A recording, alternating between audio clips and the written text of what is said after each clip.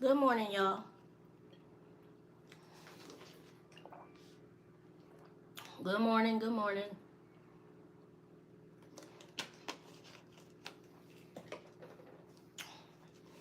Good morning.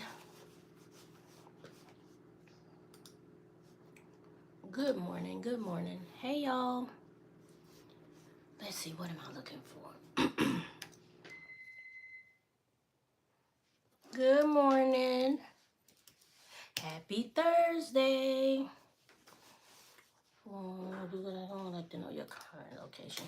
Sure, why not? Hey, y'all. Hey, good morning. I need to go to JCPenney. Good morning. It's beginning to look a lot like Christmas everywhere. Katie, you'll fix me some coffee and bring me the creamer I poured in. Good morning.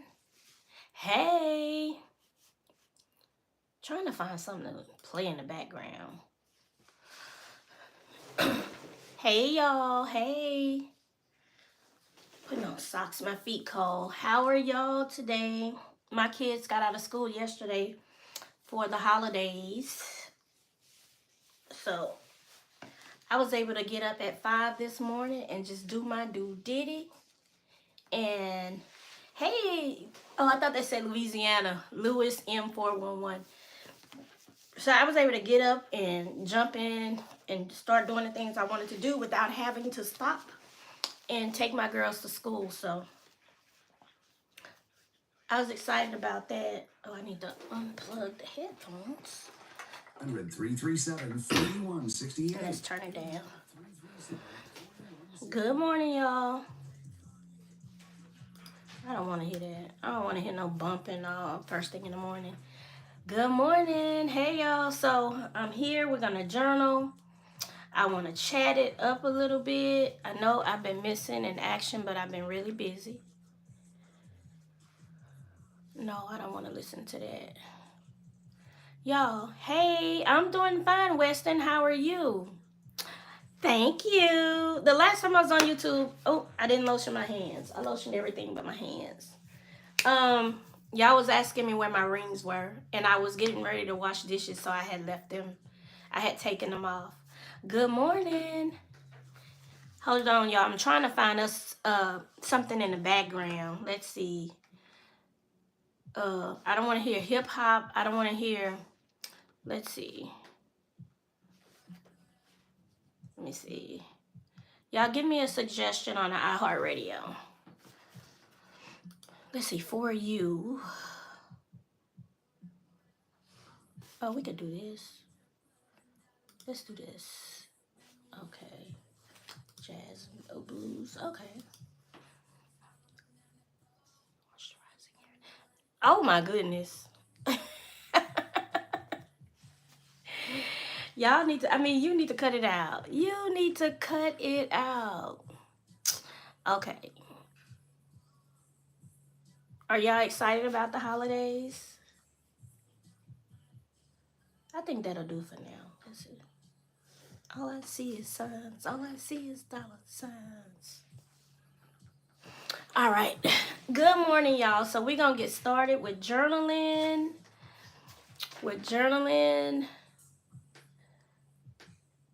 And talking about our work day and life over 50. Life over 40, hell, but I'm over 50. Hi, Ethan. So, let's see. What are we journaling today? Okay, so today's prompt for me, the one I chose for me today, is have you stopped to notice your feelings and how important they are? Our feelings are our greatest tool to creating a life of peace and happiness. And I read that again. Have you stopped to notice your feelings and how important they are? It's our greatest tool to creating a life of peace and happiness. I affirm I will acknowledge my feelings daily and make adjustments when needed. So my thoughts on that, I have learned that my feelings are an indicator of my thoughts and how I'm being treated. When I'm feeling off and feel as though I'm running on a low frequency, I examine the thoughts that I'm having, the feelings that I'm having, and then I take the time to manage my thoughts and energy. I use my feelings as a thank you, JB. I use my feelings as a GPS. I use the energy around me as my GPS as well. But my feelings, whether they're valid to anybody else, are my feelings. And I used to want people to validate my feelings, you know what I'm saying? But at this point in my life, I don't care if my feelings are validated or not. And I mean that wholeheartedly. When I tell you that my feelings um, are for me to protect, they are. You know, my feelings are my priority, they are. And sometimes it may seem like it's harsh in the eyes of others, or having that stance as being a little selfish. I mean, I look at it like this, like if I'm not selfish with me and my feelings and how I'm feeling about things, then I can't expect other people. It's like setting boundaries. We set boundaries based on, well, I set my boundaries based on the life I'm trying to create. I want a life of peace, right? Like being in a peaceful, high frequency type of environment is that's my goal. You know what I'm saying? And sometimes you have to set those boundaries, and they are hard sometimes with some people, setting those boundaries like that. I'm not saying that it's easy. Nothing that I talk about and creating the life that I want is easy. Nothing. But it'll be worth it in the end. Sometimes you have to make adjustments, but you have to stand firm on how you feel and what you want to tolerate, what you want to what you want to allow in. You know what I'm saying? So yeah, I really stop and I check my feelings, because I used to be the type of person to just react. You know what I mean? What do you call a bear with no teeth? A gummy bear? Okay, Ethan got jokes on YouTube. But anyway, I used to, I forgot what I was saying, y'all. Menopause. Help me out, Maggie.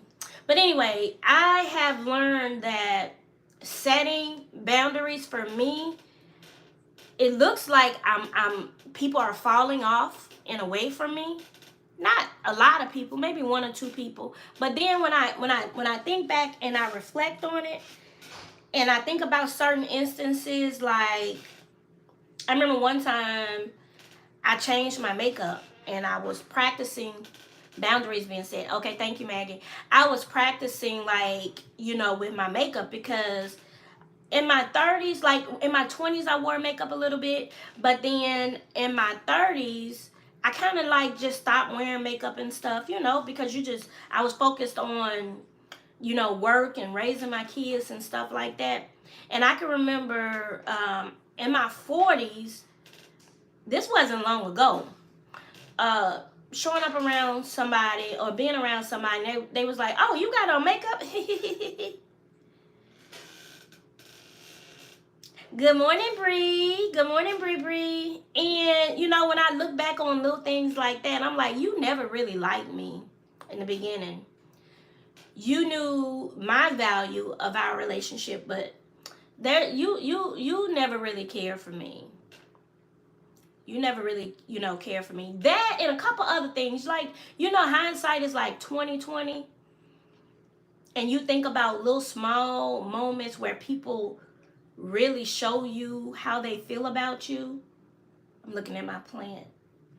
Where people really show you, like they drop little nuggets, but because we love them so much, or because of the length of time they've been in our lives, we don't want to see what they're showing us. We don't want to see or acknowledge, how they make us feel, or they'll do like say the little things to belittle you, and all you've ever done was support and motivate and encourage. But every once in a while, not too often, because they know you, they know not to tap around too much. But ever so often, you will notice that when something big happens for you, or you're trying something new, or you get those little quirky kind of comments. They come from somewhere. They come from somewhere. And sometimes, the hardest part about life is seeing people for who they really are. Hey, Jackie, that's the hardest part about life. When you feel like, when you've had this vision of going into, I'm putting my pants up, y'all. But when you've had this vision of going into your 80s and your 90s with these same people, people, what have you, and now you're in your 50s and you're realizing that the life that you envision in the next 20 or 30 years is not going to be like that, or that person is not going to be there. It really feels like you've lost, something. It feels like the death of a, like, you can't grieve the death of a relationship, be it a friendship, a situationship. um you can grieve the loss of relationships, friendships, situationships, closeness, and for me, like, especially for me, because the people that I surround myself with for, like, for years and years and years and years, like, I really looked at them and felt like they were my sisters, because I don't have any sisters. This message is held for review. Well, keep holding it. I don't want to see it. And so yeah, but we'll move on from that. But let's okay. So the today's daily prompt is: have you stopped to notice your feelings and how important they are? It's our greatest tool to creating a life of peace and happiness, and it really is. Your feelings are not gonna lead, because your feelings is subconscious. Like 9 times out of 10. Now I'm talking about your feelings. I'm not talking about that voice, because that voice will whisper little things in your ear and have you feeling like, sometimes it have you feeling like you're being attacked when you really aren't being attacked.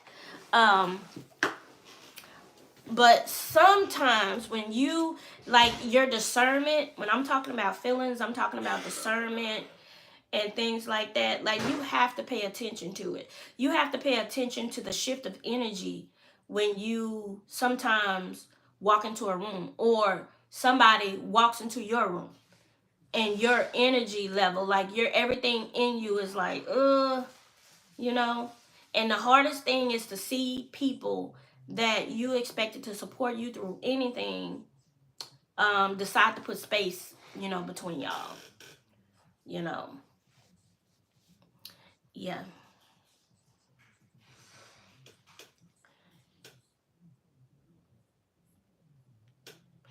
Hi, can you say Amira and Sophia, please? Yeah, I'm on TikTok and YouTube. YouTube be on some other stuff sometimes. But yeah, y'all. So the girls, the twins, are out of school today. Um, so I was able to get up. I woke up at 5, and I was trying to lay there, and I was trying to lay there. Thank you, Bree. I was trying to lay there, but I just couldn't lay there. So I just got out of bed and got to moving and stuff. And I have something really big that I want to share with y'all in regards to um, my employment and stuff like that. I told y'all I was gonna keep it real, and I'm gonna keep it real with y'all. I'm gonna keep it real with y'all. So yeah. I'm waiting for a couple of my, cause I don't want to keep repeating it. But well, I guess I can. It's okay. I'm actually leaving my job. Ooh, that was hard to say. Hey, Jada, Alexis. Yeah, I'm actually getting to. I'm leaving my job. I'm not gonna be employed uh past Friday for a couple weeks, months. I don't know. I just need a break. I just need a break, and I created the space to take that break. So yeah, and I thank God that I am able to do this. I thank my husband, and I thank myself. All the hard work I've put in, taking that deployment and in working my full time job. I thank myself too. So, am I going back to work? Yeah. But I was telling y'all last week that my goal was to pivot out of claim management. Like, I want to be in insurance, but I don't want to manage claims. I don't want to set diaries. I want to pivot out of claim management. So starting, the weekend or what have you, or next week, I'm going to give myself the weekend and just relax, relate, and release. I don't know why it's blocking your comment, Maggie. The underwriting. Yeah, I've been looking into underwriting and a couple other things. It's still in the insurance, but not necessarily. I even applied for a team lead position, but on the medical side of it. On the medical side of it. I just when I've been walking around with the weight of claims on me for a long time. Like, we talk about the money. It's I've built the insurance industry has been good to me. You know, I was in there. Do you still recommend becoming an adjuster? I purchased a course a year ago and still have not finished. I'm a licensed insurance agent, so it's not the material. I just don't know if it's for me. Listen, I'm not gonna. Yeah, if you want to give it a try, Donna, definitely give it a try. Now the thing is I would recommend anybody at this point, if you're wanting to get into adjusting, is to get a staff position. You know, there's when it comes to catastrophes and stuff like that, you're not gonna get in and get to work and make the kind of money that we used to talk about. Is there still money out there to be made? Absolutely. I made 18,000, I don't know, in the month of October on a deployment that I took, but it only lasted what, a month and a week, like 4 or 5, but like 5 weeks. But yeah, if you want to give it a try, give it a try. There's 350,000 adjusters on one type in one capacity or another in the United States. So there's a lot of us. You know what I mean? Yeah, and you already have a company. Yeah. Yeah, give it a try. And what it'll do is it'll give you that foundation that you need, if something comes up and you want to jump into CATA Independent, you'll have the foundation you need on how to handle a file. Because different companies handle the files differently.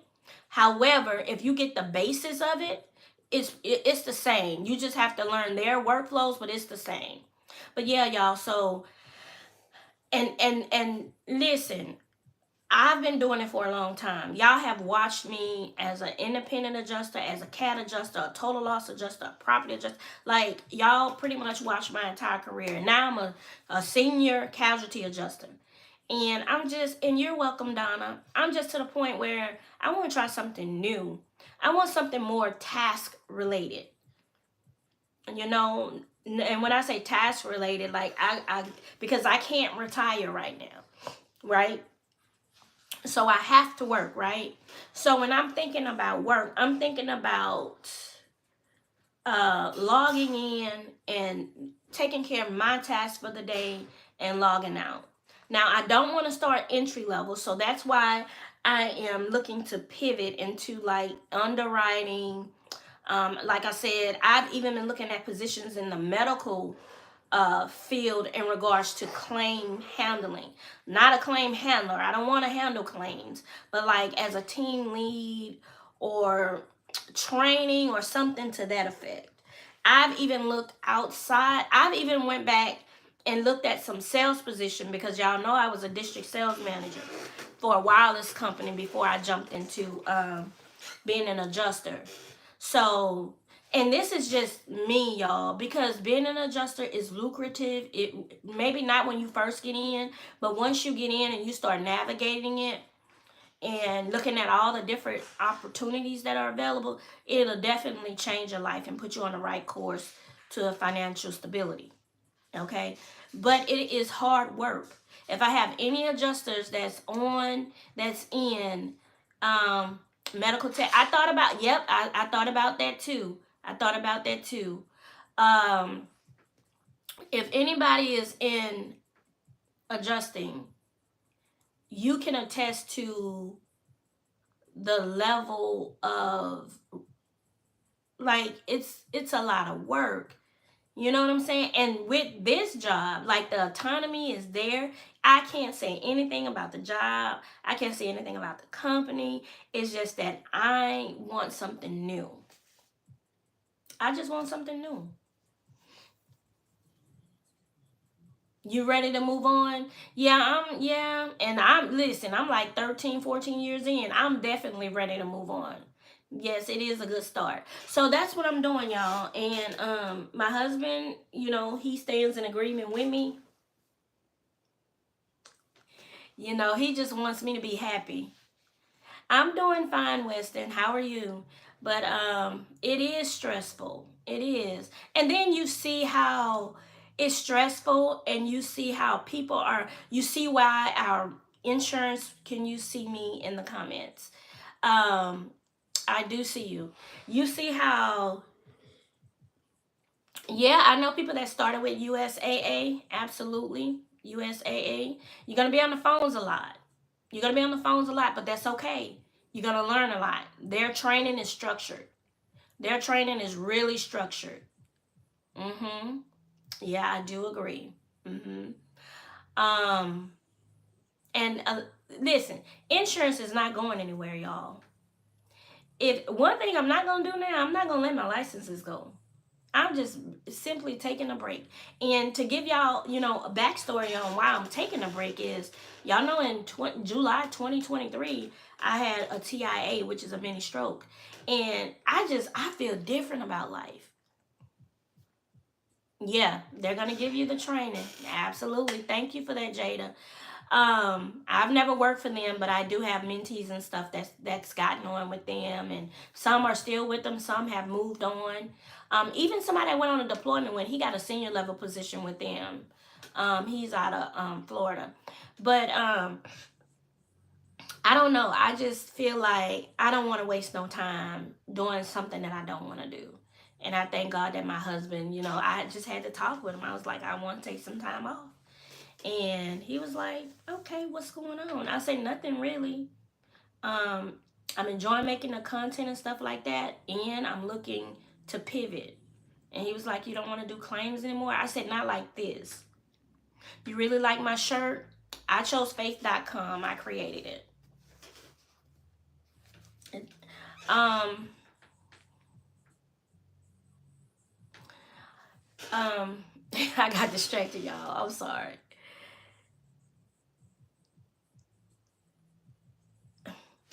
Hold on, y'all.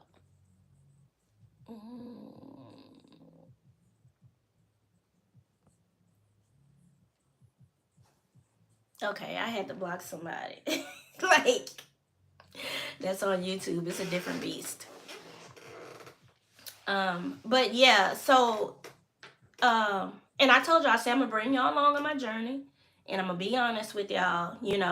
So yeah, this is gonna wrap it up for me. I'm really, and I can't say, listen, if after a couple months, if I could come back to this position, I would. I would. If I had to, I wouldn't hesitate. But right now, I need a break. I need a break. I really need a break. So that's where I'm at with it. And my immediate supervisor understood. They good people. Good people. And I'll tell y'all, maybe in a week or two, being on the phone constantly is what turns me. Dealing with customers, vendors, lien holders, etc. Yeah. Yeah, and see, I'm not on the phones like that. I'm very seldom. The most times, the only time I'm on the phone is when I'm placing an outbound call to the attorney to settle a demand. And I always make voice contact when setting a demand, when settling demands. For everybody, don't do it that way. But for me, if I've been dealing with the attorney throughout the life of the file, I just like that, that I just like, because emailed, because then they'll shoot back. No, no, I don't, and they want to negotiate and all that. I'd rather just have them on the phone so we can have the conversation. So if I do leave myself some room to negotiate, I'll try to do it on that call. But I just feel like when you're in a senior level position and you're getting ready to settle a claim, $500,000, $600,000 claim, I always want to make my initial settlement offer via voice, and then I'll follow it up with an email. You know, and for me, it just works for me. Now I have some colleagues that just shoot the email and then they go back and forth via email. I don't like that. Let's do this voice contact so you could see that I mean what I say. You can hear it, and I'll let you know. And then we can have that conversation like that. That's how I prefer, to settle. But as far as like me having my headsets on, I can get up right now and run to the mall and come back and finish working. I have a work phone. I have Teams on my phone, and all I had to do, I got up already. Hey, Katina, thank you. I gotta follow you. Let me do it now so I don't forget. Oh, you were following me. Thank you. That's my classmate, y'all. I'm proud of you too. Um, yeah. So I was able to have that conversation with my husband and be like, I need a break. I need a break. Like, I make really good money, but I'm not the breadwinner. And not only that, like, while I'm on this break, I got to get his taxes in order because he owns his own trucking company. So he realized that's something else. I could, like, next week I'm gonna hit the ground running with trying to get everything in order for him for the beginning of the year. So this is truly a partnership with us. You know what I mean? So yeah, so that's where I'm at. I told you I was gonna be honest with you guys every step of the way, and that's what I'm doing. Am I going to continue my content creating? Absolutely. I'm going to continue my content creating. I'm going to continue to apply for jobs. Look, when I got ready, so I'm saying I want to pivot. What you want, baby? What's wrong? Hold on, y'all. Who called you? What they say? I just hung up. Oh, it's okay. They probably got the wrong number. It happens sometimes. If you don't know the number, if the number not saved in your phone shouldn't be ringing, right? Your phone should be on phone book only. You want me to check it? Huh? It's not on my list, no. Okay, I'll go in and check it. I'll go. No. Let me see. I see it right here. Oh, that's just an 800 number. Let's see. They still shouldn't be able to get through. It's okay. Just don't answer. If it's not one of us, just don't answer. It's okay. And I'll go in and reset your settings. The bottom is my friend's numbers. Okay. All right, y'all. Sorry about that. Currently employed with USAA is pretty decent. Yeah, I know some people are employed with USAA, but I have a guy his name is what do we call him? Y'all, I be having these brain freezes. JR. He works with USAA, and he was an avid independent adjuster, and he just got over it. And I think he's been with USAA, I think it should be coming up on 2 years, and he says he loves it. I don't even think I've ever applied to USAA. I do have a mentee who went through training with USAA doing commercial, but the type of commercial that they're doing, hey Guru, the type of commercial that they're doing is like Lyft or something like that. It's not Uber, I think it's Lyft. They call it a commercial position, but it's with Lyft. But heavy on the phones, heavy on the phones. So she likes it. She just don't like that she's heavy on the phones. But I told her, as you move up in the claims industry, depending on the position that you have, it's not so phone heavy. But in entry level, it may be a little phone heavy. When I started with Progressive, it was phone heavy only in the sense of, at the time when I first started, we were in a queue and different calls would roll to you if they didn't get answered. But after some time, it got to the point where we were only handling our calls.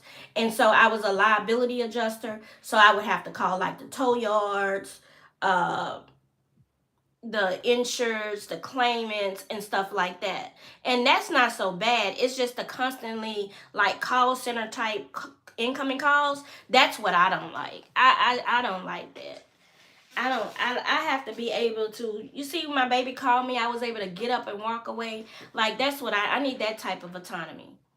I need that type of autonomy. And nah. If I can't, if it doesn't have that level of autonomy, I cannot do it, y'all. I cannot do it. But do I still recommend? Yeah, if you like, I don't even have a college degree, so yeah, absolutely. Being an adjuster, like I said, get in and see what it's about, and then just move around.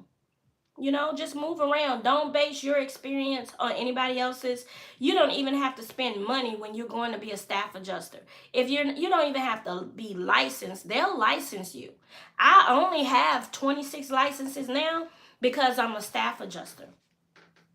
If I wasn't a staff adjuster, I wouldn't be holding all these licenses. The only licenses that I know for a fact that I'm going to keep is New York, which I got to pay them this month, which is New York and New York, Florida, Alabama, Mississippi, Texas, Louisiana. I probably keep North Carolina and Michigan. That's it. The rest of them, I'm just going to let them fall by the wayside. I'm not spending that kind of money keeping up with my licenses like that. You don't need all them licenses. I've been saying that since day one. He was like, I want how many licenses? I have 8. Never stopped me from getting a deployment or anything like that. Never, ever, ever. Never, ever. But if you want to get all the licenses and manage all the licenses, knock yourself out. But no, I never had that many. The only time I've had that many licenses is if I'm employed and they get the reciprocals. And 9 times out of 10, they do, like, a couple of states you have to take and you have to, get fingerprinted for. But they do that. The company, they do the app. Like the last company I was with, they did the applications for my reciprocals that they wanted me to have. The first company, Davies, when I left my last deployment and went to Davies Littleton Group, they actually got my licenses.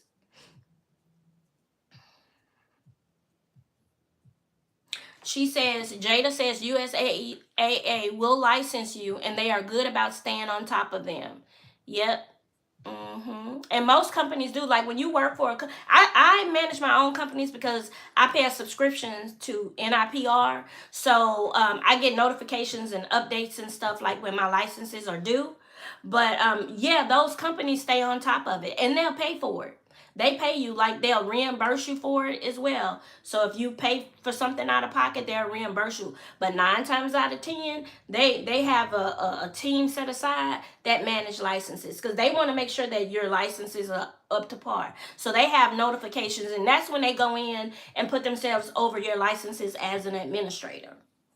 Like the job I'm on now, some of my licenses I see when I go into NIPR, I see them on there as an administrator. So they'll get the updates and the notifications if something happens with my licenses. Now, I may take the time, or maybe not, I don't mind. I just went back and took them off my Florida license. I self-appointed myself back to Florida, but I don't mind. If I go to another job, I may, if I go to another, claim-specific job, I may go in and take them off of my licenses as an administrator. But yeah, they will place themselves as the administrators of your licenses just so they can get the notifications of anything that's when your licenses, if there's any judgments or suits against your licenses, if they're coming up due, if they're expired or what have you. Jordan, I am. Yeah, as a casualty adjuster, as a bodily injury adjuster. Yes, senior level bodily injury commercial claims. But I was telling them earlier that I'm actually taking some time off. I am taking some time off. I need a break. I want a break. I want a break. I want to go into the new year refreshed, and just rested. And I got to take care of, like I said, hey, Charmelin, I got to take care of my husband's taxes and paperwork and stuff. And that's the most important. That's the most important. So, although I make good money, I am not the breadwinner. Because I ain't stable at all. I'm not stable at all. Y'all see, I'm not stable. I'm not. Let's see. After, and that's why being an independent cat adjuster fit me so well. Because I could commit to 6 to 9 months. And this has been my whole life, y'all. So this ain't nothing new. I'm going to give y'all the real tea. I could commit, like, that's why I was so heavy into being a cat independent adjuster, because I could commit for 6, 9 months. My last deployment, I committed for a year and a half. I can commit to that. But look how I'm handling these staff jobs. Look what I'm doing.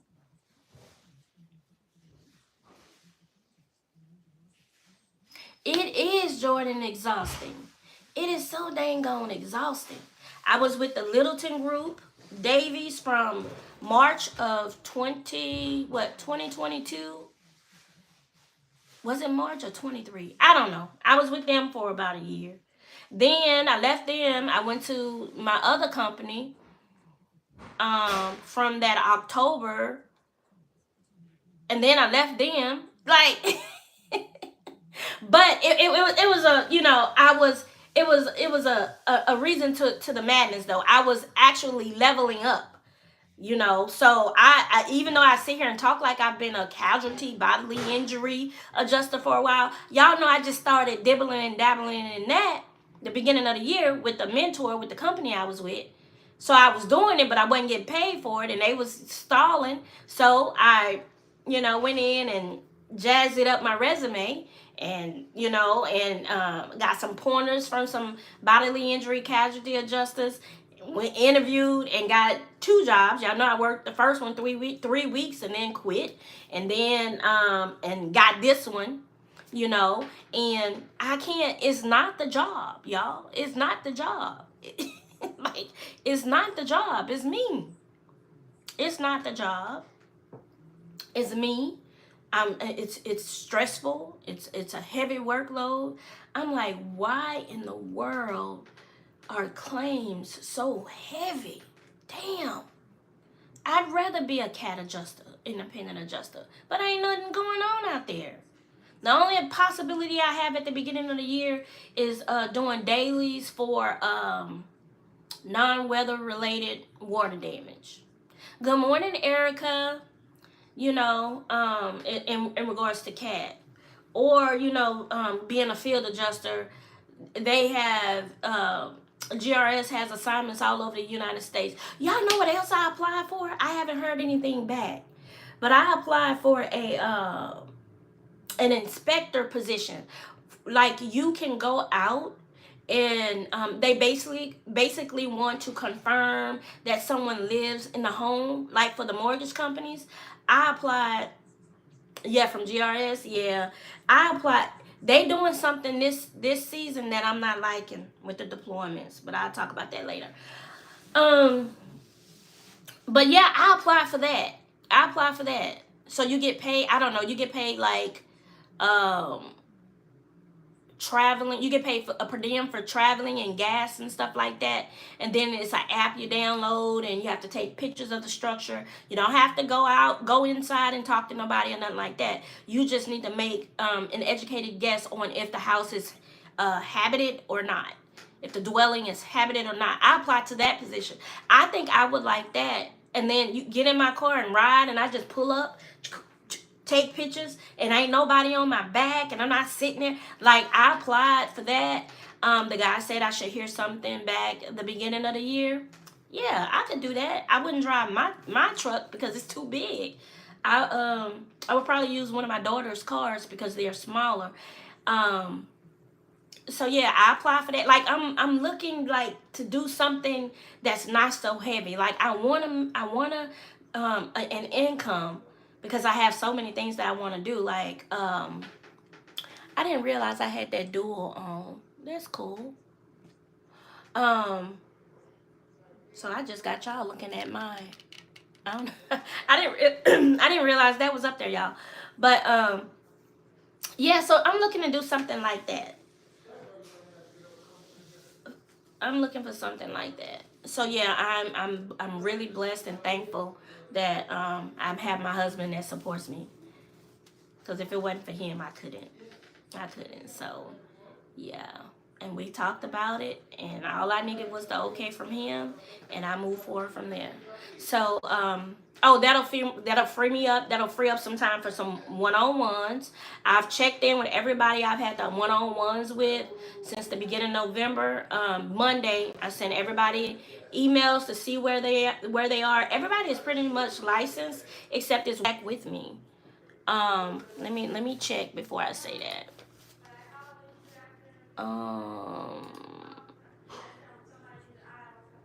No, she hadn't. Everybody's responded but her. So I'll probably wait another week and check in with her again because I just like to see where you are and then just give you the motivation and encouragement to keep going. So my calendar gonna stay the way it is until the end of the year because I think I have like Christmas and all that blocked out. But beyond that, I am available for one-on-one sessions regarding how to pivot into staff adjusting. I also go in and find entry-level positions if you're entry level. If you're already an adjuster and you want to pivot up, like I did, how I went from property to bodily injury or what have you, we could start there with your resume. I send you resume templates and different things like that. I send you resume templates and different things like that, and just walk you through the process. I even did 2 mock interviews with my girl that got the and she started January 10th. The workers' comp position, she was already an adjuster, but she pivoted into workers' comp. So we had an initial call, and then she had another call where we, did her little interview, mock interview with her and stuff like that. Then I have one, she's an adjuster, and she's currently applying for commercial positions because for her, it's about increasing her income, right? If you can go to any site, if you can go to Indeed, you can go to LinkedIn. If you're just a general liability adjuster, let's just say for Progressive, and I'm like just a liability adjuster for companies like Progressive, Go Auto, and different places like that. You're making anywhere from $50,000 to $60,000, right? But as a commercial adjuster, if you go and look at those positions usually start around 75 and up, right? So I'm working with, the air is cold. So let me get my blanket. So I'm working with a lady that's wanting to pivot into commercial. I'm helping her with the lingo. It's not a mentorship. I no longer do the mentorship, Jordan. It's just one-on-one sessions, and it's in my stay in store. It's just one-on-one positions. Just got laid off and trying to get her into the field. Yeah, it's just one-on-one sessions. That's it. No mentorship. With mentorship, with more hands-on, You know, like we met every week and it was more hands-on. So that kind of burned me out because people what they weren't following through and what and wasn't doing what they were supposed to do. And and then they'll come to me and be like, and I'm like, I can't interview for you. I can't. You have to put in the work. Even for me, when I decided to get into bodily injury this year, I had to study and put in the work. I had to study and put in the work. I had to learn how to use AI. I'm using AI now to pivot. I had to learn the lingo. I had to learn how bodily injury adjusters manage their desk, because the way they manage their desk versus a liability adjuster is totally different. So I had to put in the work to learn that. Now, like the company I'm with, and I'm gonna be honest, they think I've been handling bodily injury claims since March of 2022 or 2023, and I haven't. I've just been handling those types of claims. Why? Because I lied on my resume. I didn't lie about the company. I did work with the company. As an adjuster, I just lied about my duties and responsibilities. I did change my I ain't gonna lie. I did change my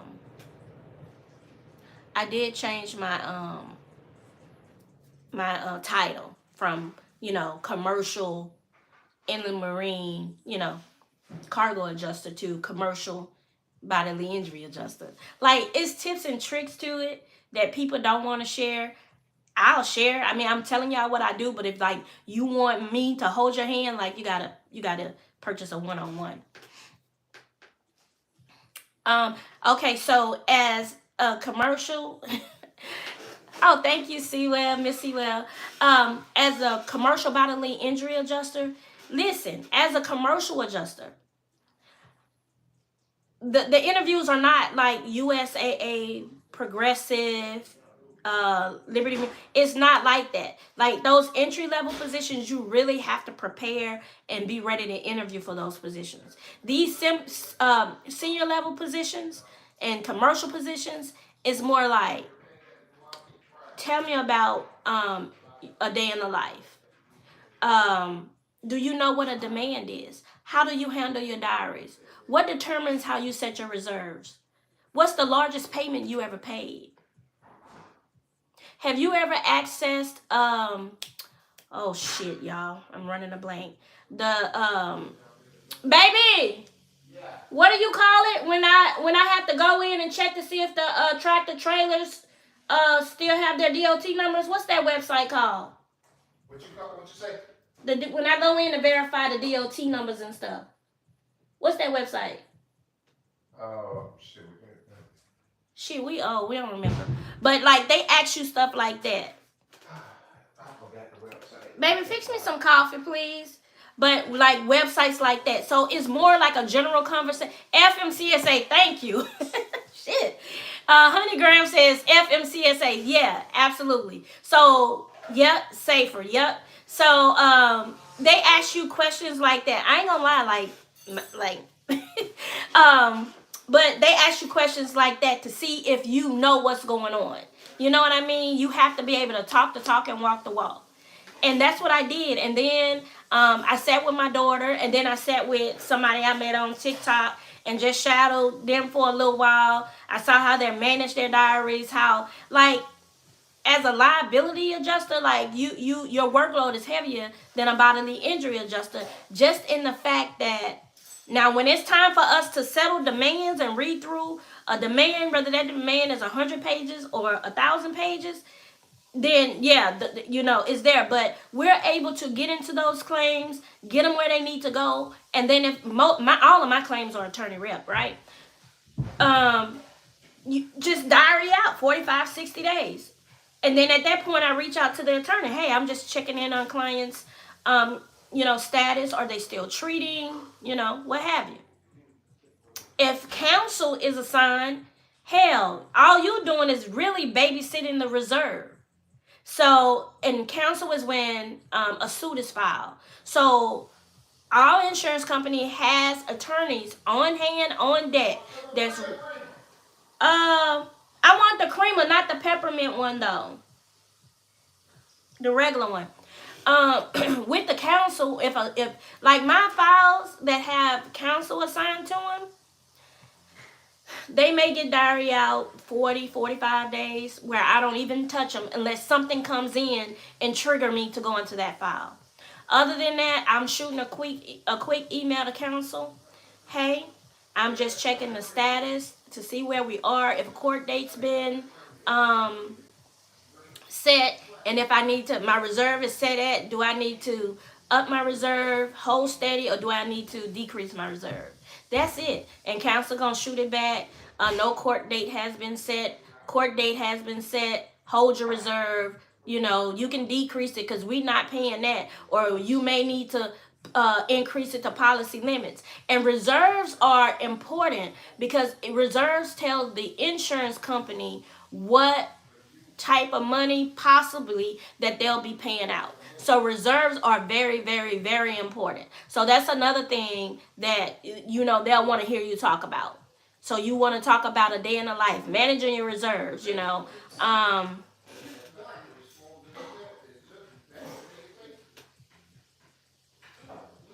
Okay, so Jennifer on YouTube, she's asking, I'm a new adjuster, just finished a 30-day 7/12s. How do you stay working year-round or at least 10 months out of the year? Jennifer, I'm going to be honest with you. It's hard to do right now because there's so many experienced adjusters that don't worry about everybody's home today. There's so many experienced adjusters that have not worked until this last past hurricane season for 2 and 3 years. There's just not a whole lot of work going on out there. Like, I used to work every season, every year. I would be able to be on a deployment. That's why I'm a staff adjuster now. That's why I'm a staff adjuster now. It's just nothing out there. In order for you to continue working, you have to have a relationship. You have to have some inside knowledge. But there's just not a whole lot out there. And I'm just being honest. There's not a whole lot out there. I would say a staff job. I would just say a staff job.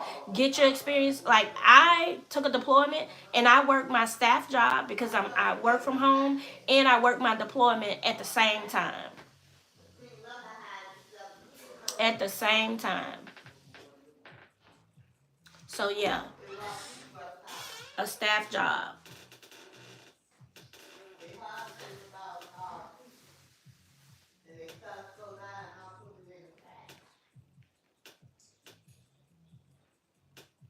Yeah, I was just listening to my mom.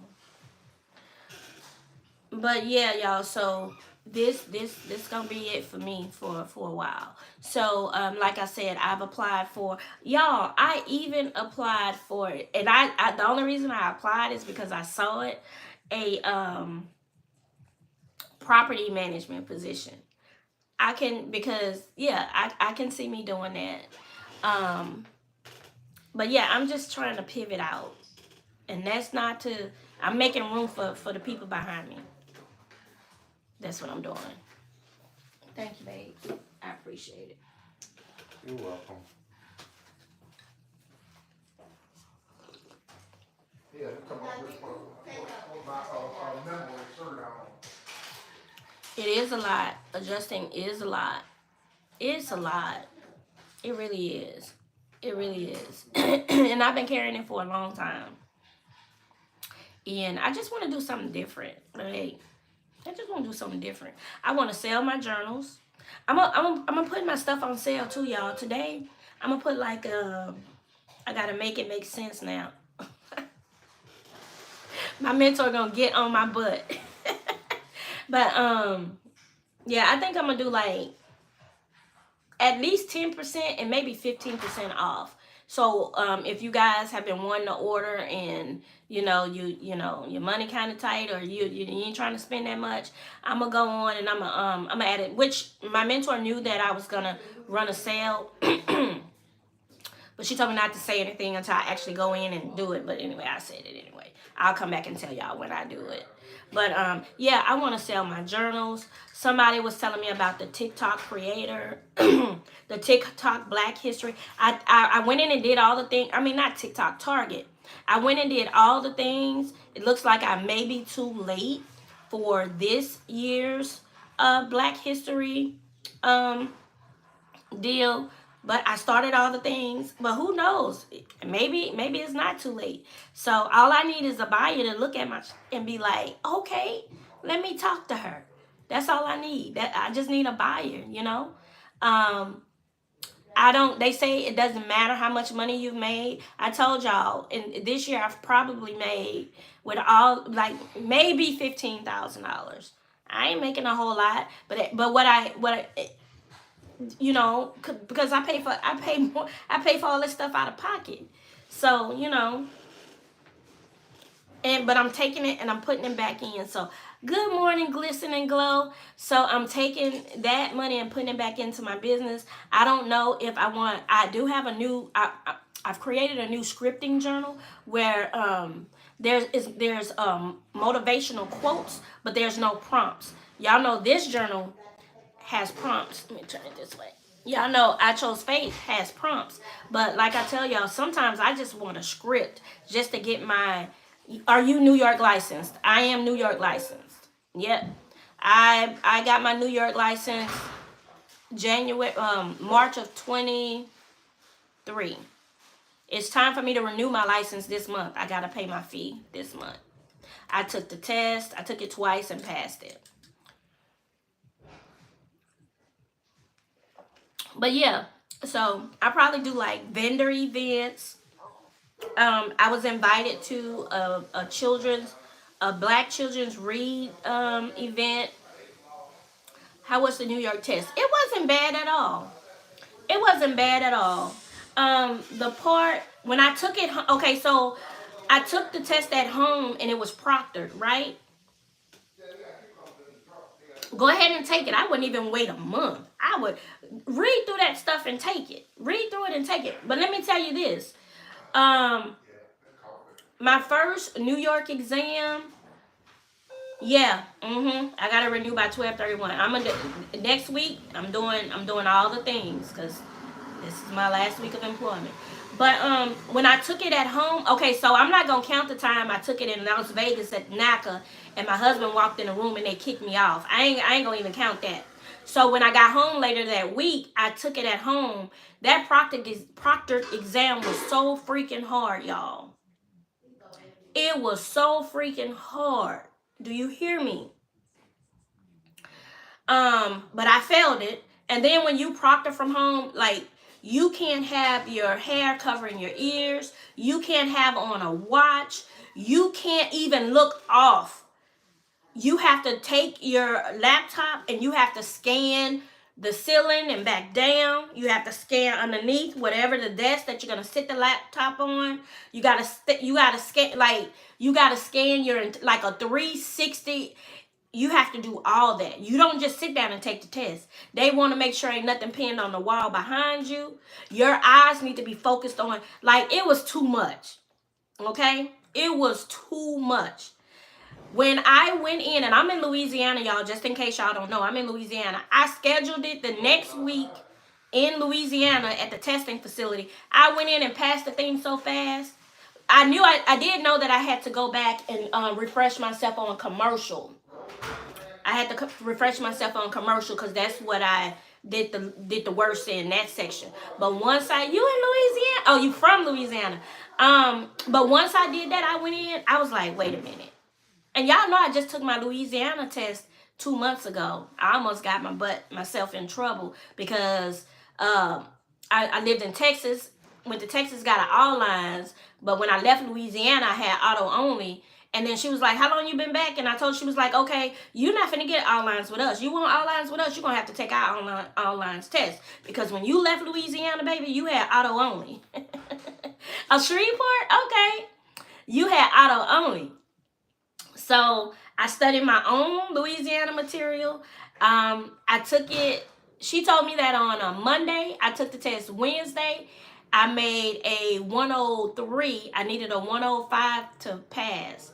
And then I went back the very next day and blew it out of water. I think I made a 117. I posted a video up here. But yeah, I had to take it. So I have been testing. I'm in Mississippi. Hey, Mississippi. I've been looking at land in Mississippi because it's cheap and affordable, and I want to go off in the woods. I don't want to, before I get 60, I want to be in the woods. I don't want neighbors and stuff like that. Yep. So, yeah, I want my journey to be encouraging. I don't want my journey to be discouraging. I just want something new. And hopefully I can stay within the insurance industry. Slidell, hey Slidell. I'm in Zachary, right outside of Baton Rouge. So, I'm sick of the weight of it all.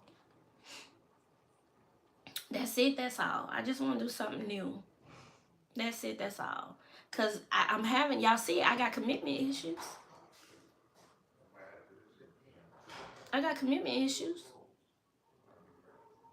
It's my third job this year. But only because I was pivoting up. And I did all the things, y'all. I did. I got into senior level casualty adjusting, my second position. The first one only lasted 3 weeks. Because I went in the office. It was hybrid. I don't like people like that. It's not that I don't like people. I don't like office politics. Because what I found with office politics, if you go in, mind your business. Because I walk in, good morning. That's just me. What you see is what you get. Good morning. And then the rest of the time, I'm minding my damn business. I'm either on my phone with my husband or one of my kids. I like to go outside and walk. Like when I've worked, in the office and stuff like that, I never huddled up. I don't like, y'all know us in Louisiana. We don't do potlucks. I remember when I was in Texas, I got ostracized because I didn't want to take part in the potluck. Baby, nope. Not doing it. So I don't know. They want you to care. They want you to be, if you don't join in on certain conversations, you're not a team player. Like for me, being a team player is you need to step away from your desk and need me to manage that. I got you.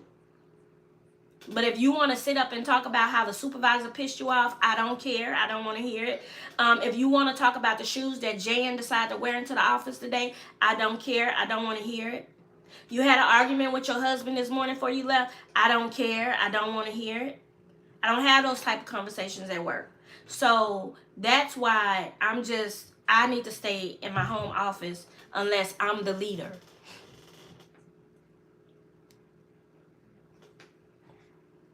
Unless I'm the leader. You know what I mean? Because I've been a leader. I know how to lead. I'm still in connection with my managers that used to work under me. Like, we're still because I know how. I know how to genuinely care about people. I know how to set goals. If you treat people underneath you right, treat them right, they're going to go above and beyond to make you look good. But if you treat your employees like shit, they not gonna care. I had stores all over Louisiana. Or who blew up the bathroom. Or what gets me, this last job. I done came out the stall. I'm standing there washing my hand. You done came out the stall and gave me this. And walked right on out the door. I can't. I just can't. I can't. But you want me to potluck with you? So, yeah. So, it's going to either be remote or I'm going to be... Or it's going to be... I told you I applied for that property inspection position. That would be good for me because I'm in the car. I'm riding around. I'm getting out of the house. And I'm making money. And I know it'd be good content. Y'all know I'm going to be out there making content. So, yeah, I did apply. I saw a position on Glassdoor, and I applied. And they had another company that had a position, but they wanted you to have some experience. But the one that, thank you, Glisten and Glow. But the one I applied for, it really didn't ask for experience. I went to Chat GPT, y'all, and I was like, and put my resume. I said, with these skills, how can I transfer these skills to a position that has absolutely nothing or something like that to do with adjusting?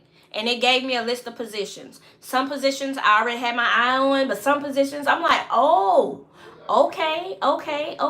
So that's what I'm gonna be doing. I've already submitted resumes. I've had people reach back out to me. We got your resume.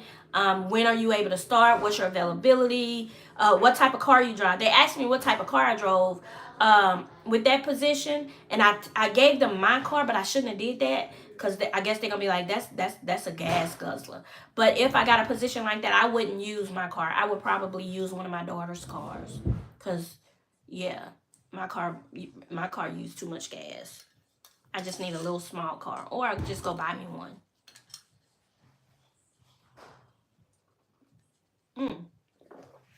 And my granddaughter is here with me, y'all. Well, she's at her TT's house right now, but my granddaughter moved from Nashville to here with me. Yeah, but I want to be so strategic. I want to be so strategic. Y'all, some of my claims buddies, they just texting back. I don't know what they talking about. I want to be so strategic with where I go next. I don't want the weight of the work. I'm even willing, get this. I'm even willing to take a pay cut. I'm willing to go down to $60,000. That's another thing too. When you're making $100,000, you're gonna have $100,000 worth of stress on you. You got to be enjoying what you're doing, and at this point, I'm not.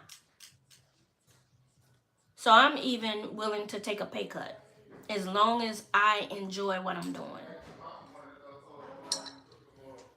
I'm willing to take a pay cut. That apartment manager position, that's a pay cut.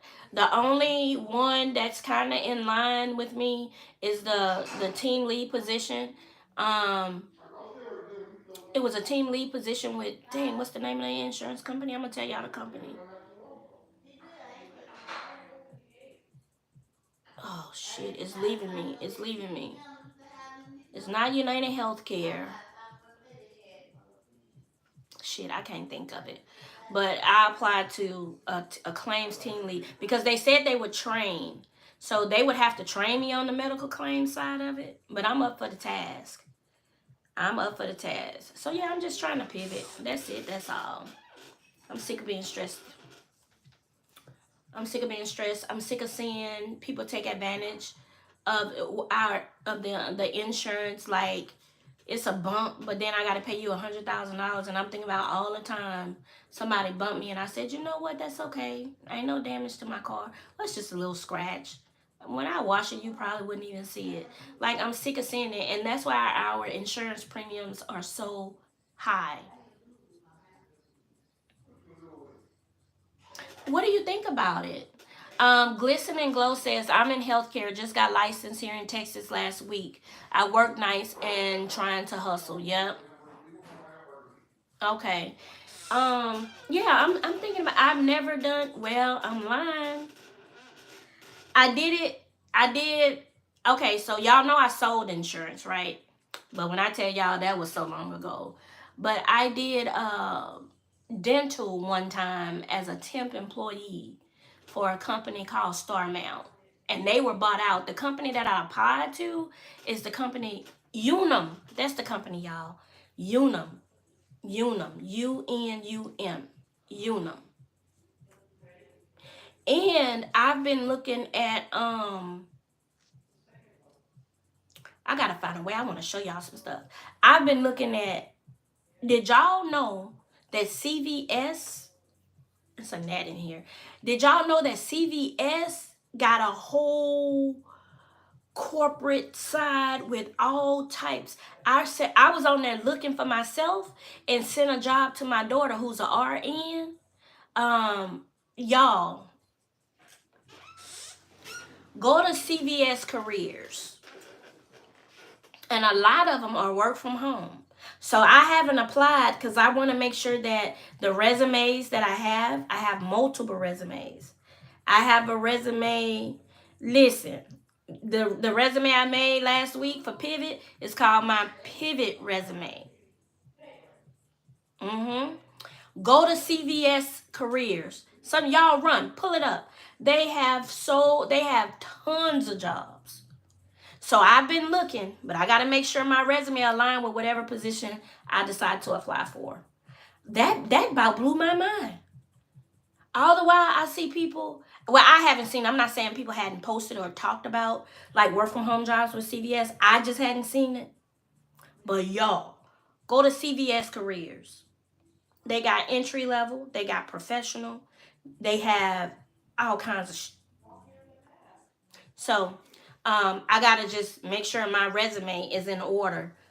I may have to create another resume to align with whatever positions I decide to apply for with CVS. So yeah, that's what I'm doing. I'm on the hunt to pivot. I'm on the hunt to pivot. I am. I'm serious. When I say I'm gonna do something, I'm gonna do it. When I say I was gonna get into the Creators Rewards program, I still ain't made no damn money. These people, y'all, TikTok flagged me for everything. I'm like, oh my God. Well, damn. I'm monetized on Facebook. I'm monetized on YouTube. I didn't feel like logging into Facebook today, so I just got YouTube and TikTok. I'm an Amazon affiliate, an Amazon creator, a Walmart creator. I applied to be a Target creator. So I just, yeah, that's what I'm gonna do. I'm gonna do that while I'm applying for my jobs. I really want the property inspection one, y'all. That would be my first choice. I want to give it a chance. Because it'll give me the autonomy to do my social media stuff and not burn myself out. So if I could stay away from a quote unquote strict 9 to 5, that would be my first choice. That would be my first choice. That would absolutely be my first choice. So if it's aligned with the path that God has me on, I'll get it. And if it don't, then it won't. Wherever I end up is where I'm supposed to end up, at least for that time. But yeah, it's hard. That's why I enjoy being a cat adjuster, because it's so hard for me to commit, y'all. I can commit. I'll give you a good year. Then after that, I get the feeling of ways. I don't know. I just get, and I'm sure it has to do with my ADHD. And yeah, I'm sure it is. And I wanted this job I got. Hey Stone, I wanted it. I wanted to work for this company. And like I said, after I officially leave, I'll tell y'all the name of the company. It's a TPA. Y'all have heard of them before.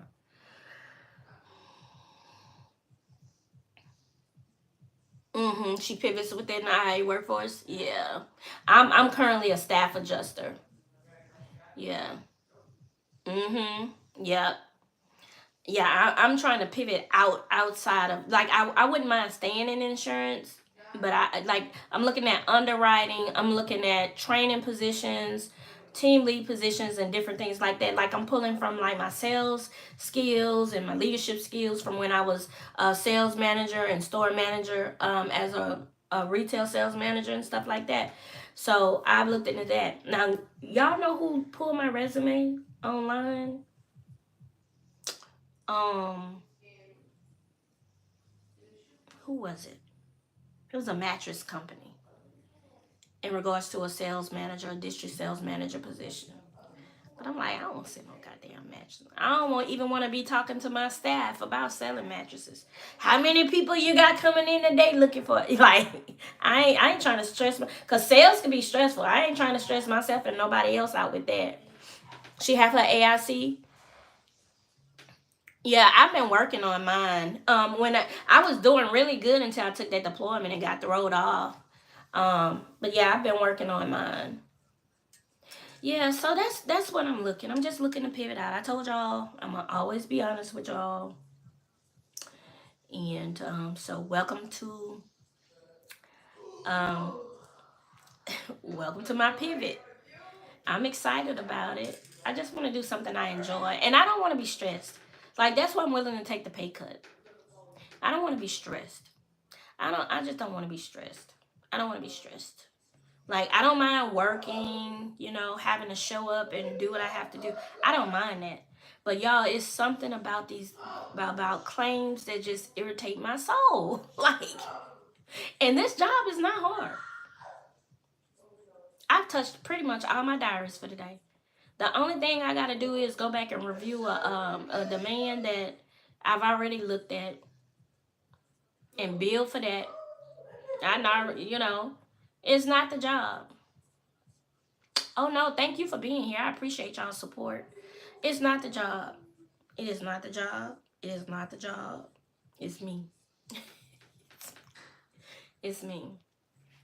Because if and like I said, just say in a couple months, because all I asked my husband for was 90 days. But just say after 90 days, and I haven't gotten anything and I need to go back to work, I'll come back.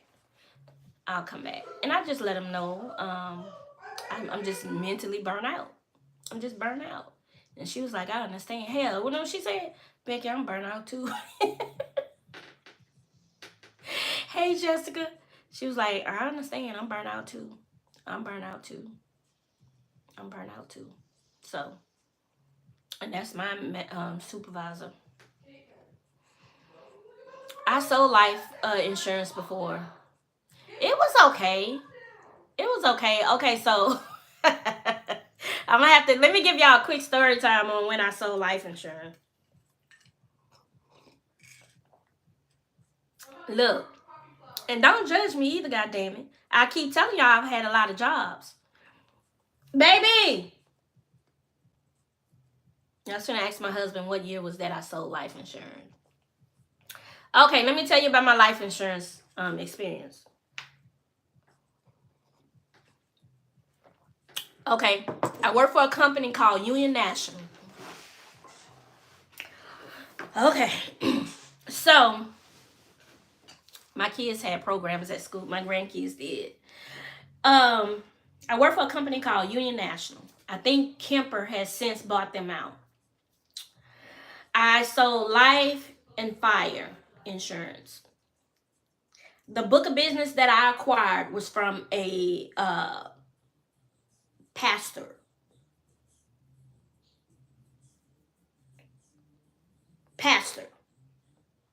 I got his book of business. I wish y'all, what y'all daddy doing? He went back in the room. Y'all, this man had stole the people money. So with the type of insurance I was doing, I had to drive around to people's houses, right? I had to drive around to people's houses and go in and collect insurance.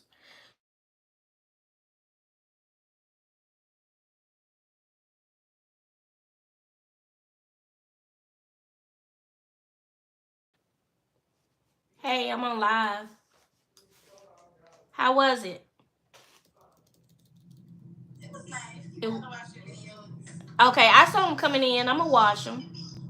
Oh, spoiled. He a spoiled brat? Hey, Kaza. Hey, Granny Love. You had a good day? You had a good party? Why he came home with you? Why all these children came home with you? Oh, let me tell you real quick. You took pictures? Oh, wow. I pulled up the CC's, give me a coffee. He's gonna say, Mommy, I want a drink and a muffin. That's a shame. That's spoiled. How you three asking for a drink and a muffin? I'm not gonna be on long. I've been on about an hour. I'm gonna call you when I get off, okay? Okay. All right. Later, love you. Okay. This was way back. Yeah, I'm talking way back in the day. So the book of business, I'm gonna start over, y'all. So the book of business that I got from Union National was from it was a Caucasian pastor. Okay, he was a Caucasian pastor. Okay, this man going around to these people's houses, he would sign their book. Like in insurance, they would have like I don't know what they have now, but then it was kind of like old fashioned, right? So they would have this book that we would sign saying we got the money, right? So this man was not turning the money in. So in the system, it looks like the people was behind. But when I go in and I check their book, the people were paid up. And it was this one lady, y'all, she had cancer. And it broke my heart. She had cancer. Her book was saying she was paid up and her kids was concerned about that. But then in the system, I'm telling this woman I haven't received a payment in 6 months. So a whole investigation ensued.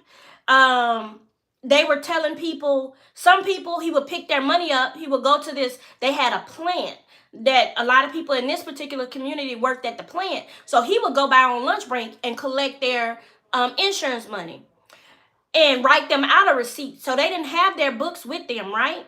So he would write them out a receipt, and they at work, they had a plant.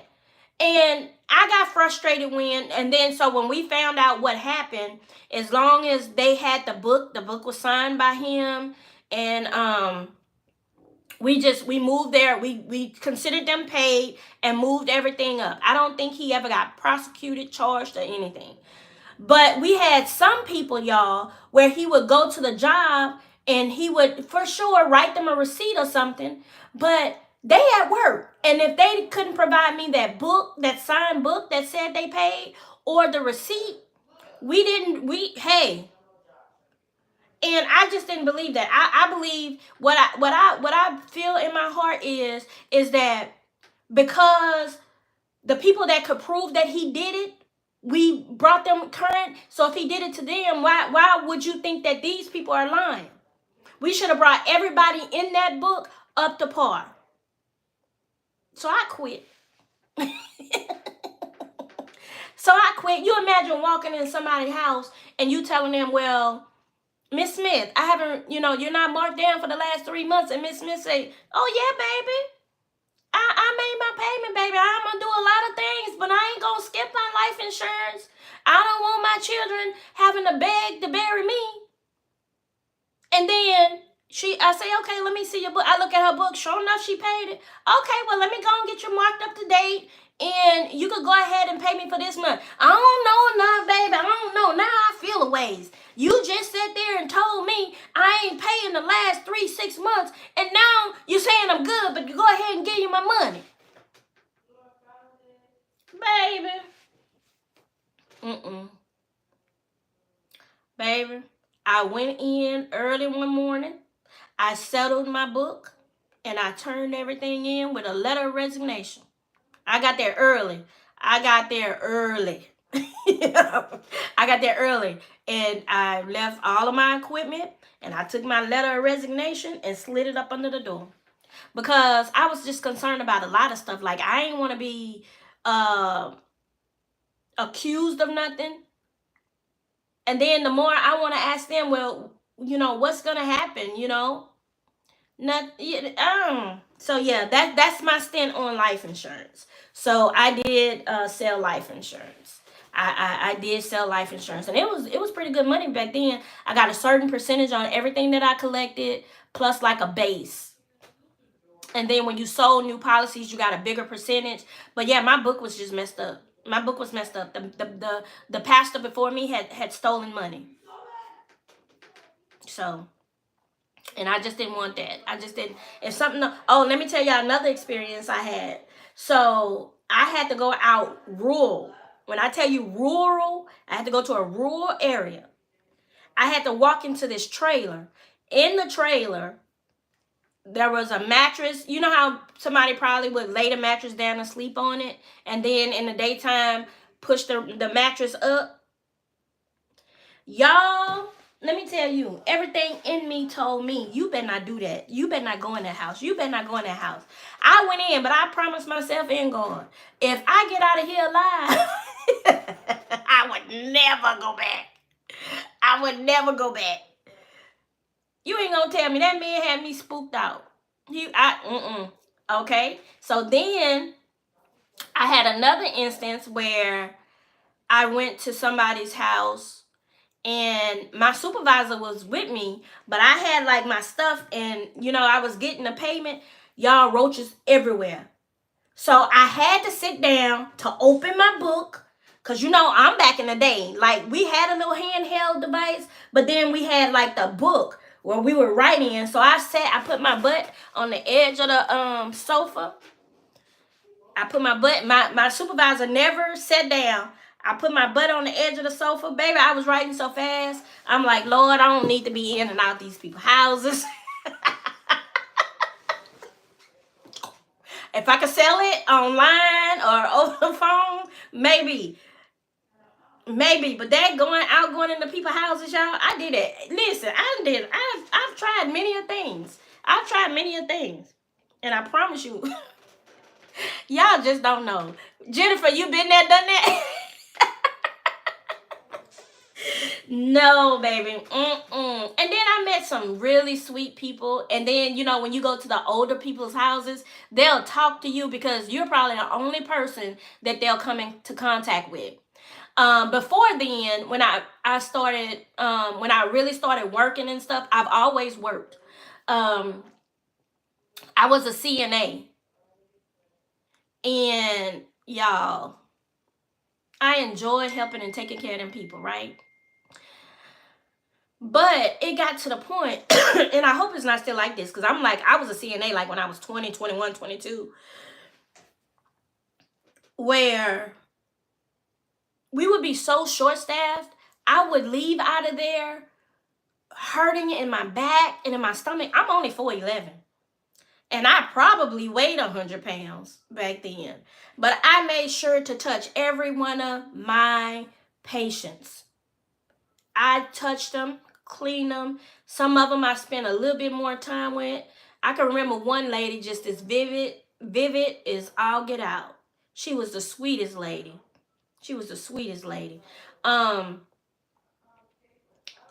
So I ended up taking a night position. I was like, I didn't want to put my kids, so move up a little bit. Now I got 2 kids that's not, whatever. I ended up taking a night position because I didn't want to put my kids in daycare. Walk in there. My shift was 11 to 7. Walk in there at I go early because I'm an experienced CNA. I go in at 10:30. All the 2 to 10 CNAs or 3 to 11 CNAs sitting out on the balcony outside. They feet cocked up like they done all that. That first night I walked in, room after room, sold. Everybody wet. I'm having to change the entire bed.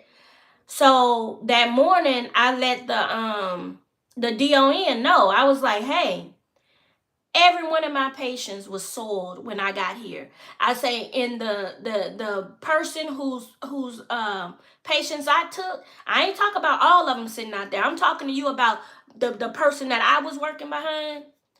They were wet. They were sold. I had to change beds. Like, I worked the entire night. By the time I got through touching everybody, I had to go back and I did my rounds every 2 hours. I don't care what nobody else did, because I was treating those people like I would want them to treat me and my mama and my grandmama. Y'all, I probably did the next night, same thing. I waited that morning. I said, did you have a talk with them? I said, because this isn't fair to me. Like, and I want to say everybody else, but some people don't have the courage to speak up for themselves. So I was saying to me, this is not fair to me to come in and they're sitting outside, probably been sitting outside since dinner. They probably fed them dinner, about 5 o'clock, and put them in the bed and then do nothing else. I probably stayed, that was my last CNA job, okay? I walked in, I got there early again. I stayed for a week. But this was that Friday night, I took my tail home. I was working 4 on, 2 off. So that 4th night, I go in there early. I go room to room, wet. I ain't even go to all of them. I probably went to 3 rooms. I went to one room. This man, if if he used the bathroom, I don't know if you know, but you could think of the irritation that a baby get when they use the bathroom and you don't change them like you're supposed to, how irritated they get. And I guess this poor man had gotten so irritated that he had been scratching and stuff, had stuff all up and down the bed rails and stuff. I said, okay, this is what I'm gonna do. Those 3 rooms that I went in, they were soaked, everything. I changed, did everything I had to do. I didn't go past the 3 rooms. That man, I took care of him. I got Clorox, mixed to wipe down his bed, took care of him. When I got through with him, he was the last one. And I probably had 15 residents. I checked on 3 because it wasn't in good conscience for me to know how they were, to leave them there. I checked on those 3. I was like, okay. I said, I'm not gonna stay here. I'm not gonna stay here. Okay, I bet. I took care of those 3 people. I told my the nurse, cause they just sitting up there chatting, They the little LPNs, I say I gotta go out to my car and get something because this night shift, right? I got in my car and took off. You would have thought somebody was chasing me down. I went home. I took those clothes off, those scrubs off, threw them in the trash. I got in the shower, and I got my ass in the bed. And that was the last time I worked as a CNA. The last time. So, well, that was 30-something years ago. But that was the last time. Now, after that, I did work in a group home a little bit, which wasn't, they were high function and stuff like that. But yeah, as a CNA, nope. Absolutely not. So yeah, I've been out there, y'all. I've tried so many different things. So many different things. And then I thought I wanted to be a nurse, but then I ain't gonna even tell y'all about that. I think I told y'all, but I ain't gonna even bring that up. So yeah, so I did home health care and had to take care of 2 women. Right. And to me, I don't understand our society. Those are the hardest jobs. Hello. Those are the hardest jobs, but you make the least amount of money.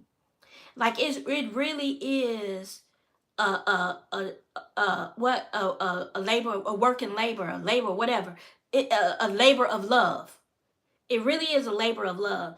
And if you are somebody that has a good heart and you see that these people aren't being taken care of the way they're supposed to, there's no way you can stay in that environment. Baby, I pray to God it don't come to a point. Baby, out of these 7 kids, somebody got to keep me at home. Somebody got, out of 7 of them, I know I pray to God I could depend on one of them to keep me at home. You know what I mean? My mama, I'm not putting my mama in nothing like that. Absolutely not. God forbid my husband, absolutely not. Because I know what it is. I was on them with my mother-in-law. They hated to see me coming. But she was in like the rehab part, for a little while. So if you got family that's in those places, let me tell you this too. We would take care of the people whose family would show up. So you had some residents whose children or grandkids would come and see them every evening. You knew to touch them first. So if you have family and loved ones in places like that, please go check on them. Please go check on them. Please go check on them. Just check on them. But my family, we don't do that. We typically take care of our own. We take care of our own. Thank God. I just hope my kids do the same for me. At least one of them.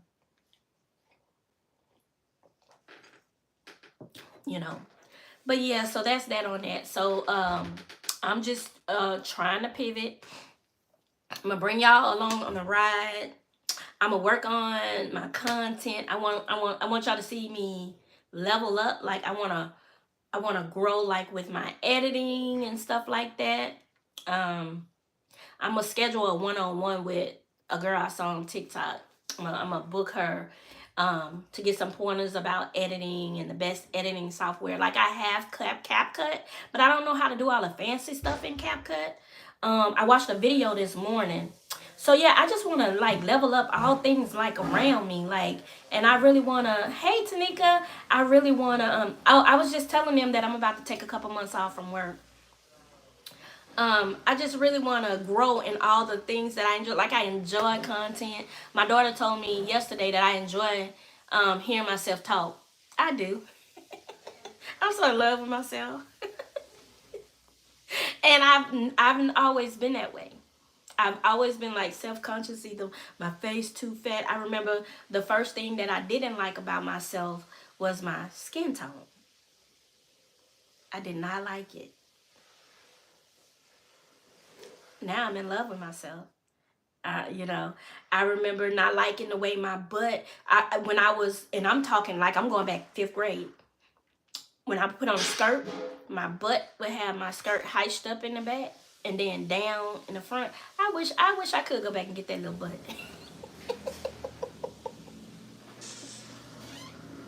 I wish I could. What else? I just used to critique myself. I have a big forehead, but now y'all see I keep my hair pulled back. I'm in love with my forehead. I'm in love with my forehead. And then my thing is, if you get to be my age and you don't work on yourself and get to love yourself, like what are you doing? Like what are you doing? Shit, we in the 3rd quarter. What are you doing? My confidence is through the roof. And I just mind my business. Like I don't let people trauma dump on me. Um, I make the rules to my life. I now, because I wanted to quit this job and I'm married, I had that conversation with my husband. Now, my little money I made back in February, that could carry me. I don't pay no bills anyway. But I like to spend. These companies be shady. They do be shady. They do. I like to spend, you know. I like to invest in myself. You know, I shop, but I'm frugal. It's like the only time I swipe my dealer's cards is it's got to be a sale. My Macy's a sale, and that's what I call high end. Like that's other stuff y'all be talking about. I don't know nothing about that. I don't know nothing about that. I am frugal, but I'm gonna do what I want to do. I'm gonna do what I want to do. Now I did need, you know, he's my husband. I had to have this conversation with him. You know, so I thank God for him. You know, but yeah, if you 45, 46, goddamn it, start now. Start now. Start now pouring into yourself and self-affirming yourself and and really and then getting professional help if you need it, because I needed it. I needed it. I needed to talk about and release some past traumas from when I was a child. So I got the help that I needed. Um, yeah, you just gotta take care of yourself, mind, body, and soul. Hey, Resource Babe. Hey, girl. Thank you for the heart me. You coming here with the first heart me. I didn't even ask nobody to give me a heart me. But yeah, so it starts there. It starts there. I'm telling y'all, it starts there. Especially when you lived your whole life raising children, trying to keep them on the right track, pouring into them, go to college, do this, don't go out there having babies, do this, don't enjoy your life, do this. All that, I'm pouring into me. Sure is. I done raised you. Do you. I done told you. Do you.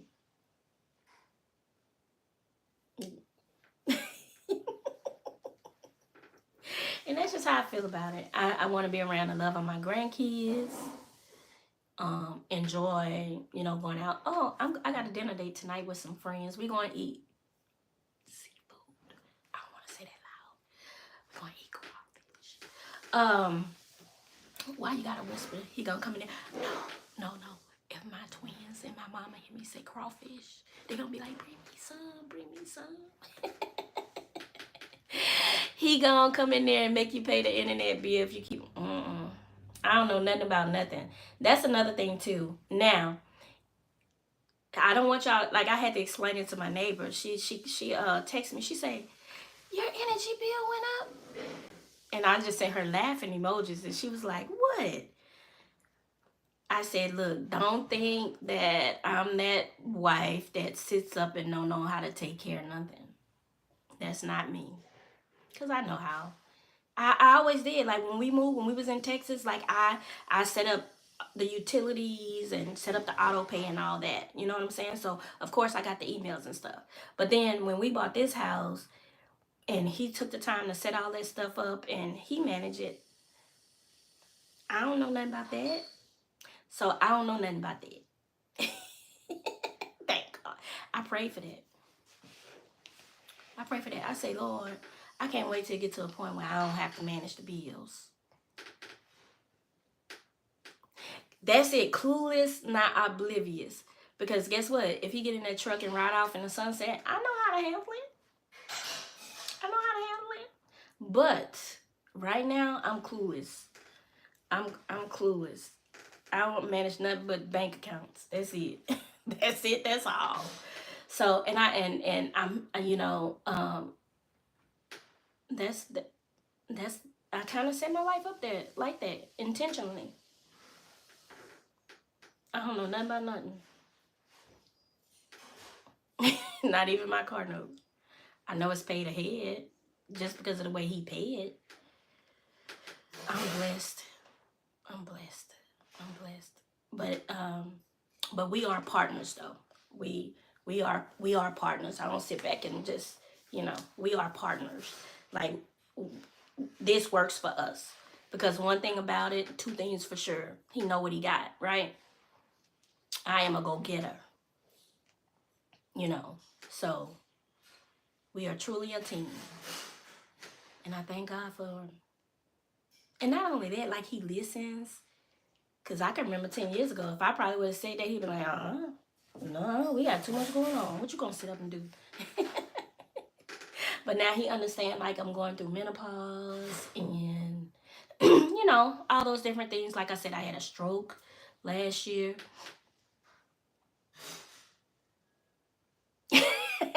It was a process. Jessica, it was a process. Like, let me tell you something. Jessica, how old are you? Just about. How old are you? I be telling my kids, my oldest daughter is 32. Like, they want to go into it and be like, this is what I want, and this is what I need, and this and this and this. 34. Okay, so my son is 36, and my oldest daughter is 32. I was like, see, that's y'all problem. Y'all talk too much. Be quiet. You know what I'm saying? Move in silence. You know what I'm saying? I need this and this and this, and I need my man to be able to do this, and I need my man to be able to shut up.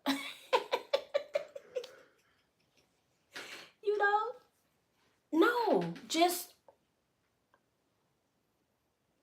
right. Now that's not to say you don't set boundaries and stuff like that, but you have to show that you are worthy of all those things. You getting into it off the bat, talking about what the man got to do for you. Are you worthy? I know so many, or have known in the past, so many men that'll go offshore working, truck driving, whatever, working away from home, right? Yeah, absolutely, Jennifer. And reduce stress. The wives would be at home doing everything but what they supposed to. You know, it ain't, so it's about mutual respect. It's about mutual respect. It's about talking, and it's about showing that you are worthy to be treated like that or kept. Showing that you are worthy. And for me, it's only a few months a year that I need to be kept. But it's just like right now. And then the same thing, like um last month my husband took 2 weeks off, you know. So it's a give and take. But I'm grateful for where I'm at. Cause I wouldn't be able to do it if it wasn't for him. I wouldn't be able to do it. So yeah, I just wanted to. I wasn't gonna tell y'all that I was leaving, that I wasn't gonna be working until Friday, but I'm like, I'm gonna tell y'all because I'm excited about it, and we gonna see what's up next with me. Um, if I could, pivot into something else other than claims, I will keep my licenses. I will keep the I'm gonna keep between 8 to 10 of them. Definitely keeping, okay, Louisiana is my home state now. I'm definitely keeping them. I'm gonna keep Florida. I'm gonna keep Alabama. I'm gonna keep North Carolina. Like, these are the ones I'm gonna pay for out of pocket. I'm gonna keep Oklahoma. I'm gonna keep Michigan. So, oh, did I say New York? I'm gonna keep New York and Texas. So that's 8. But some of them won't even expire until next year. So I'm good. My New York license expired this month. So next, I got my list here of, I'm like mapping out all the things I need to do next week. No, I'm not keeping all. I'm not. Okay, so Jennifer, I've been doing this for a very, very long time. The 26 licenses that I have is only because I've been working staff, right? So, and as a CAT independent adjuster, I've only kept and managed 8 to 10 licenses on my own. And it has never stopped me from anything. You know what I mean? Because really, if you got your home state and you got California, Hawaii, and New York, we know that those 3 are independent, right? So, but if you got your home state and they be like, okay, you could come on this deployment, we'll get you an emergency, whatever.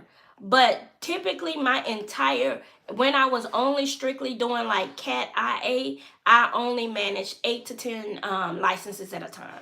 The only time I had more than that is when a company paid for them. And right now, a company is paying for them. I'm not going to pay for that. I'm not. I ain't going to even hold you. I'm not. I'm going to pay for the ones I mentioned, and that's it. Definitely gonna keep my New York. I thought about getting Hawaii and California, but the only way I would move forward with getting them is if I have to come back to adjusting. Yeah, because you have to pay for them. Like, if you're staff, they manage and pay for it. But if you're independent, then you gotta manage and pay for that. I ain't doing it. I never did. I never did. I just kept the ones that I feel like I usually keep around the Gulf. Definitely Florida, and make sure that I'm a self-appointed. Definitely New York. Because ain't no reciprocity going on with New York, California, and Hawaii, right? So if I have to come back into it, before I do, I'll get Hawaii and California. Okay, if I have to. But if I can pivot and stay my butt out, yeah, it gets expensive. If I could pivot and stay out and maybe stay on the other side of it, then I ain't gonna worry about it. I'll just keep those for like deployment purposes or something like that, like future deployment purposes or something like that. So I'm not gonna go in and cancel my licenses, but as they expire, I just let them expire. But I'm not gonna let my home state, Texas, Florida, Alabama, North Carolina, and Michigan, I always have those, and now New York, I'm not gonna let those expire. But the rest of them, I'm not paying for that. I am the frugal adjuster. Like, I ain't lying. I ain't lying. So I'm gonna hop off of here, y'all. My daughter sent me videos of my grandson's program and stuff. And only 2 people could go. That's why I didn't go to his. We'll go to theirs. My 2 kids, my grandkids, at the daycare.